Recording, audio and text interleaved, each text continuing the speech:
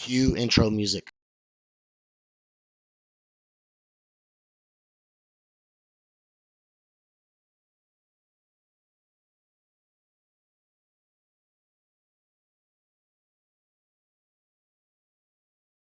What up, everyone? It's your boy Papa Smurf.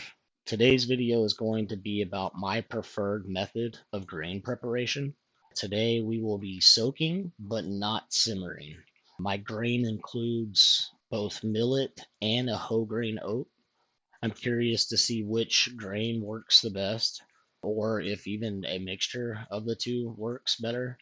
I think a mixture of the two grains will be better than just either one of them by themselves. Just because I think that the whole grain oat is going to absorb a little bit more water and allow for there to be more water in the system while the mycelium is kind of traveling through there. And the millet will provide a vehicle for inoculation points when we go to shake our jars. All right, here are the things you're gonna need. You're gonna need mason jars, and however many that you can fit into your pressure cooker or steamer. You're gonna need a food grade scale. I think any scale will work as long as you can get up into, I don't know, over a pound. We're gonna need a pressure cooker or steamer, and a strainer or perforated lid. I, in this case, use a perforated lid and a steamer. So notice that the grain says non-hold next to it. Hold is just a term for the husk or outer casing to be removed off the grain. So I'm just going to take my mason jar here, put it on the scale, and just zero out this particular one and just run with that throughout the rest of the mason jars.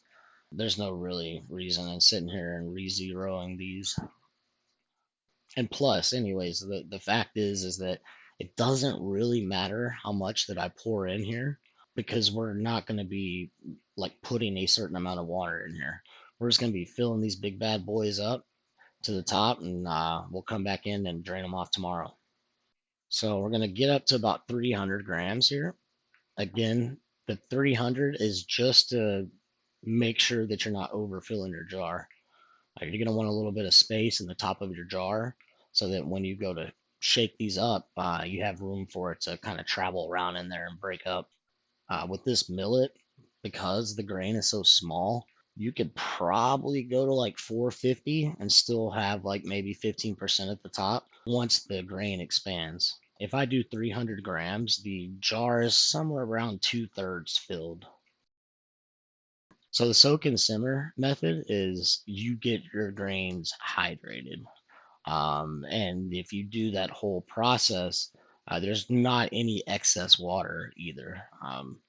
Part of that process is letting your grain steam dry, and this allows no extra moisture than is needed to be available inside your jar. I mean, a little isn't too bad, but you don't want too much. So for the no soak, no simmer method, the perks of that is obviously time. I mean, you measure out your water, you measure out your grain, throw it in there, and then pressure cook it or steam it immediately, and you have product within a few hours. You know, the particular downsides that I experienced with it is that the grain just was it stuck together like way too much, like almost half of it.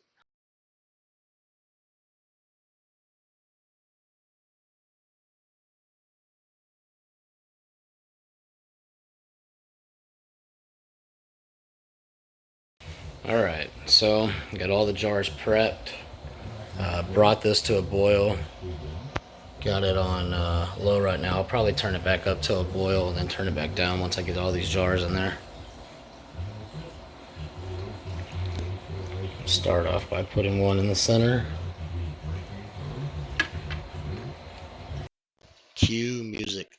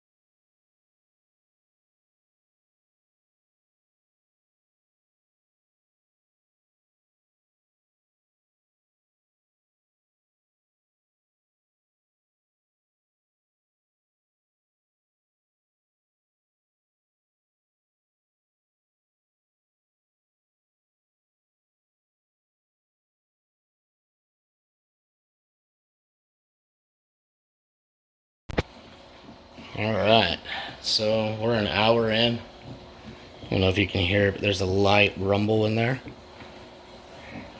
So I'm assuming that's the water simmering. Oh yeah. Just want to make sure we have enough water still in there.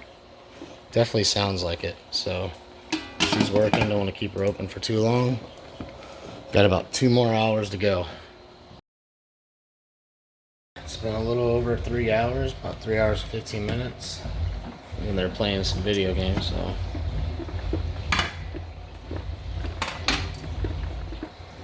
That's the final product.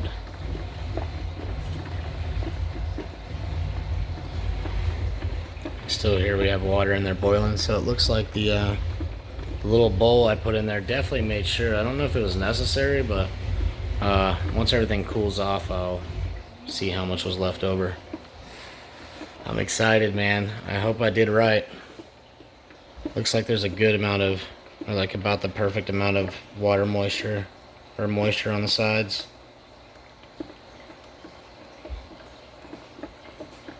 Maybe didn't do too bad, huh? All right. Well, this is the next day. It's not even a full 24 hours. I'm going to take a look at all these jars here, and we're showing fresh mycelium growth from all of the previously, I guess, colonized spawn. You can see it's nice and fuzzy. That means it's trying to reach out and grab all the goodies. Cue music.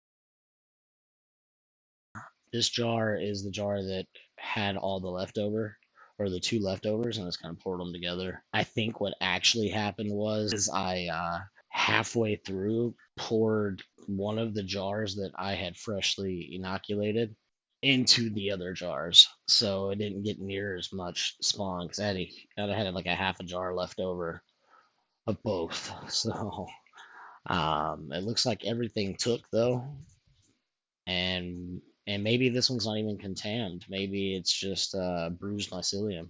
So maybe it's still usable. I will update you guys once these have colonized a little bit more, and maybe I'll wait till we get it to bulk or do another grain to grain transfer. So till then, peace.